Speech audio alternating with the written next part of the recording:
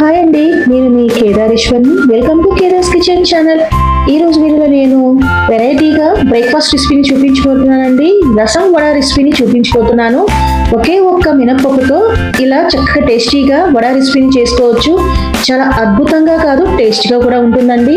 సూపర్గా ఉంటుందండి. చాలా యమ్మీగా, చాలా టేస్టీగా ఉండే ఈ రెసిపీ మార్నింగ్ బ్రేక్ఫాస్ట్కి చాలా బాగుంటుందండి. పిల్లల నుంచి పెద్దల వరకు కూడా చాలా బాగా ఇష్టపడతారు ఈ రెసిపీ అనేది. అయితే మనం ఇప్పుడు లేట్ ఎందుకు వీడియోలోకి వెళ్ళిపోదామా? ముందుగా నేను ఒక కప్ అంతా మినపప్పు తీసుకొని 4 hours వరకు నానబెట్టుకున్నాను. 4 లేదా 5 గంటల వరకు నానబెట్టుకుంటే సరిపోతుంది.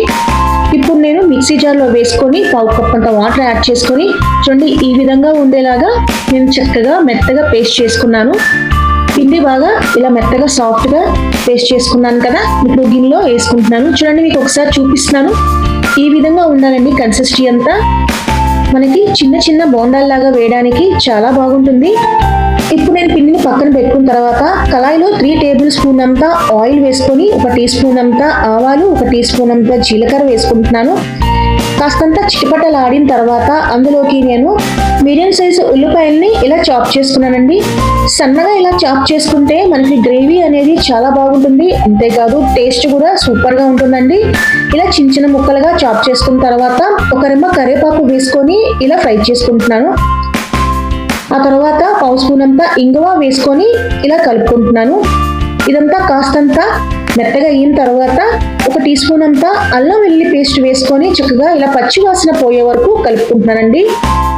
ఆ తర్వాత 2 బంగాళదుంపలను చెక్కు తీసి ఇలా కట్ చేసుకుని చిన్న ముక్కలుగా వేసుకుంటున్నాను.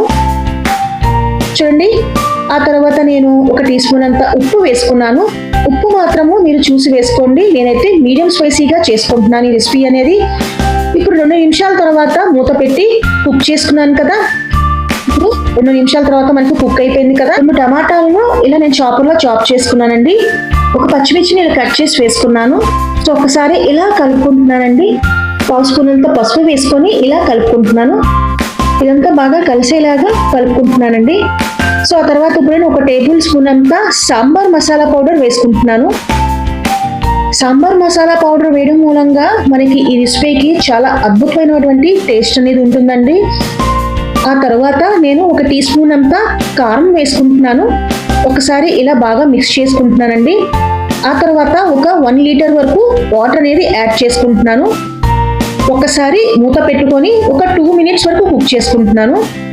ఈలోపు నేను పిండి పక్కన పెట్టుకున్నాను కదా, అందులోకి 1/2 స్పూన్ అంతా ఉప్పు వేసుకొని కలుపుకుంటున్నాను.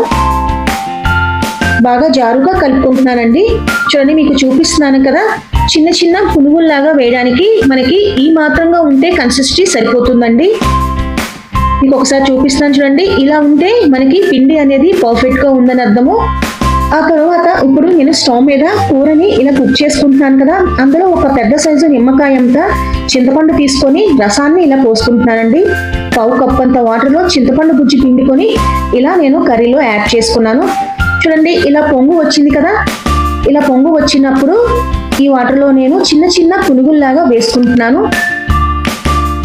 మీకు చూపిస్తున్నాను కదా, ఇలా చక్కగా నేను పునుగుల్ని వేసేసుకుంటున్నాను. చిన్న చిన్న బోండాల్లాగా ఇలా వేసేసుకుంటున్నాను. చూడండి, ఇవి మనకి కుక్ అవుతున్నప్పుడు ఉబ్బి చాలా పెద్దగా అవుతాయి కూడా. ఇవి తినడానికి చక్కగా సాంబార్ ఇడ్లీ లాగా టేస్ట్గా సూపర్గా ఉంటుందండి. ఒకసారి కనుక ఈ రెసిపీ మీరు ట్రై చేసినట్టయితే మళ్ళీ ఈ విధంగా చాలా ఇష్టంగా తయారు చేసుకుని తింటారు కూడా మీరు. ఇప్పుడు నేను ఒక 10 మినిట్స్ వరకు కుక్ చేసుకుంటున్నాను. 10 మినిట్స్ తర్వాత చూసారా, మీకు ఒకసారి చూపిస్తున్నాను. ఈ బోండా అనేది చిన్న పునుగులు అనేవి చూసారా కుక్ అయిపోయినాయి. దగ్గరగా చూపిస్తాను చూడండి, పర్ఫెక్ట్గా కుక్ అయిపోయినాయి కదా. ఇప్పుడు నేను ఒక గుప్పెడంతా కొత్తిమీర వేసుకొని ఒకసారి ఇలా కలుపుకుంటున్నాను. ఇప్పుడు నేను స్టవ్ ఆఫ్ చేసేసుకొని ఒక బౌల్లో సర్వ్ చేసేసుకుంటున్నానండి. ఇది మనకి బ్రేక్ఫాస్ట్గా ఇలాగే చక్కగా తినేయచ్చు కూడా. అంతేకాదు మన రోటీస్లో కూడా ఈ కర్రీని సర్వ్ చేసుకుంటే చాలా బాగుంటుందండి. 2 in 1 రెసిపీ లాగా చాలా సూపర్గా ఉంటుంది.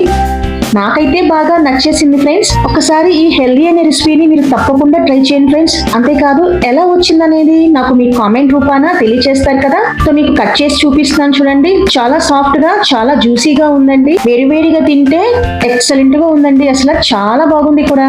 తప్పకుండా ఈ రెసిపీని మీరు మిస్ అవ్వకుండా ట్రై చేస్తారు కదా.